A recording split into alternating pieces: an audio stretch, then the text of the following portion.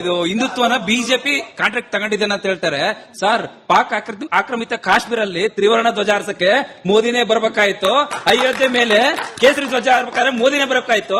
ಅದು 10 ವರ್ಷ ಮಾಡಿ 70 ವರ್ಷ ದೇಶನ ಸರ್ಟಿಫಿಕೇಟ್ ಕೊಟ್ಟು ಲೂಟಿ ಮಾಡಿದ್ರಲ್ಲ. ಇವಾಗ ಅದ್ರ ಪರಿಸ್ಥಿತಿ ಗಣೇಶ್ ಹಬ್ಬದಲ್ಲೂ ಡಿಜೆ ಪರ್ಮಿಷನ್ ತಗೊಂಡ್ರೆ ಕಲ್ಲು ಹೊಡಿತಾರೆ. ಅದ್ರ ಬಗ್ಗೆ ಏನ್ ಹೇಳ್ತೀರಾ ಸರ್? ಅದ್ರ ಬಗ್ಗೆ ಮಾತಾಡ್ರಿ. ನೀವು ಯಾರ ಜೊತೆ ಕೂತ್ಕೊಂಡು ಯಾರ ಜೊತೆ ಒಟ್ಟಿಗೆ ಸೇರಿ ಮೊಹರಂ ಆಚರಣೆ ಮಾಡಿದ್ರಲ್ಲ ಅವರಿಗೆ, ಮೊನ್ನೆ ಹಜರತ್ ಬಾಲ್ ಮಸೀದಿಯಲ್ಲಿ ಅಲ್ಲಿ ಭಾರತದ ಎಂಬ್ಲಮ್ ಇತ್ತಲ್ಲ, ಅಶೋಕ ಚಕ್ರ ಮತ್ತೆ ಆ ಸಿಂಹದ ಇದಿತ್ತಲ್ಲ, ಚಿಹ್ನೆ ಇತ್ತಲ್ಲ, ಅದನ್ನ ಒಡೆದು ತೆಗೆದ್ರಲ್ಲ, ತಪ್ಪು ನಿಮ್ ಧರ್ಮದವ್ರು ಮಾಡಿದ್ದು ಅಂತ ಹೇಳಿದ್ರ? ಇಲ್ಲೊಂದು ಸಮಸ್ಯೆ ಖಂಡಿತ ಇದೆ. ಹೇಳಿದ್ರ ಅಂತ ಕೇಳಿದೆ. ನಿಮ್ ಸ್ನೇಹಿತರಿಗೆ ಹೋಗಿ ಫಸ್ಟ್ ಹೇಳಿ, ಅವ್ರು ಒಪ್ಕೊಬಿಡ್ಲಿ, ಆನಂತರ ಮಾತಾಡೋಣ.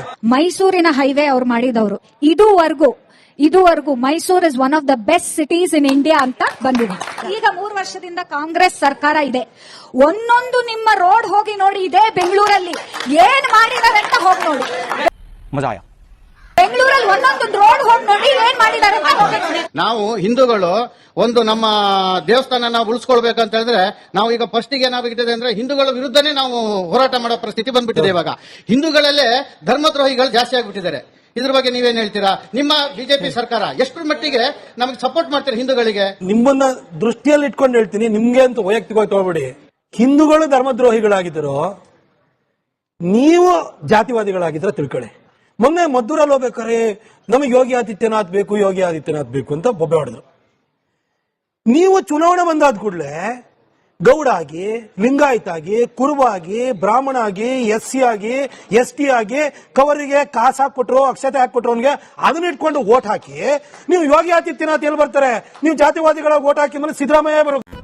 ಇದು ಆಕ್ಚುಲಿ ಚೆನ್ನಾಗಿರೋದು. ಒಂದು ಘಟನೆ ನಡೀತು ವಿಜಯಪುರದಲ್ಲಿ. ಈದ್ ಕಾರ್ಯಕ್ರಮ ನಡೀತದೆ. ಆ ಈದ್ ಕಾರ್ಯಕ್ರಮ ವಿಜಯಪುರದ ಪ್ರತಿಷ್ಠಿತ ಗಾಂಧಿ ಸರ್ಕಲ್ ನಲ್ಲಿ ಏನಾಗ್ತದೆ ಅಂದ್ರೆ ಪ್ಯಾಲೆಸ್ತಾನ್ ಧ್ವಜ ಹಿಡ್ಕೊಂಡು ರೌಂಡ್ ಹೊಡಿತಾರೆ. ಒಂದು 8 ಜನ ಅಲ್ಪಸಂಖ್ಯಾತ ಯುವಕರು.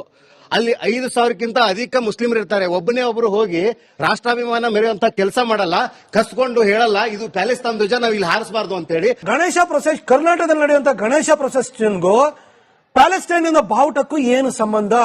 ಒಂದು ಮ್ಯಾಟ್ರೇ ನಮಗ್ ಗೊತ್ತು. ಇವರಿಗೆ ಅಷ್ಟೊಂದು ಧರ್ಮದ ಬದ್ಧತೆ ಇದೆ ಅಂತಂದ್ರೆ ನಾವು ಮುಸ್ಲಿಮರೆಲ್ಲ ಒಂದೇ ಅಂತಂದ್ರೆ ಇಡೀ ಅರಬ್ ಎಲ್ಲ ಮುಸ್ಲಿಂ ಕಂಟ್ರಿ ಇದಿಲ್ಲ, ಬಾರ್ಡರ್ಗಳಂತ ಒಂದಾಗ್ಬಿಡಿ ನೀವು. ಆಯ್ತು, ಅಲ್ಲಿ ನಿಮಗೆ ಇದರಲ್ಲಿ ನಮಗೆ ಇಸ್ರೇಲ್ ನಲ್ಲಿ ಗಲಾಟೆ ಆಗ್ತಿದೆಯಲ್ವಾ?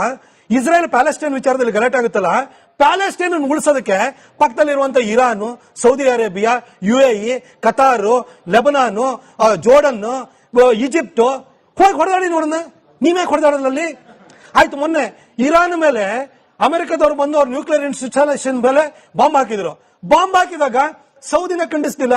ಅಲ್ಲಿ ಯಾಕೆಂದ್ರೆ ಅದು ಶಿಯಾ ಕಂಟ್ರಿ, ನೀವು ಸುನ್ನಿ ಕಂಟ್ರಿ, ನಿಮ್ದು ಈ ತರ ಹೊಡೆದಾಟಗಳಿದಾವೆ.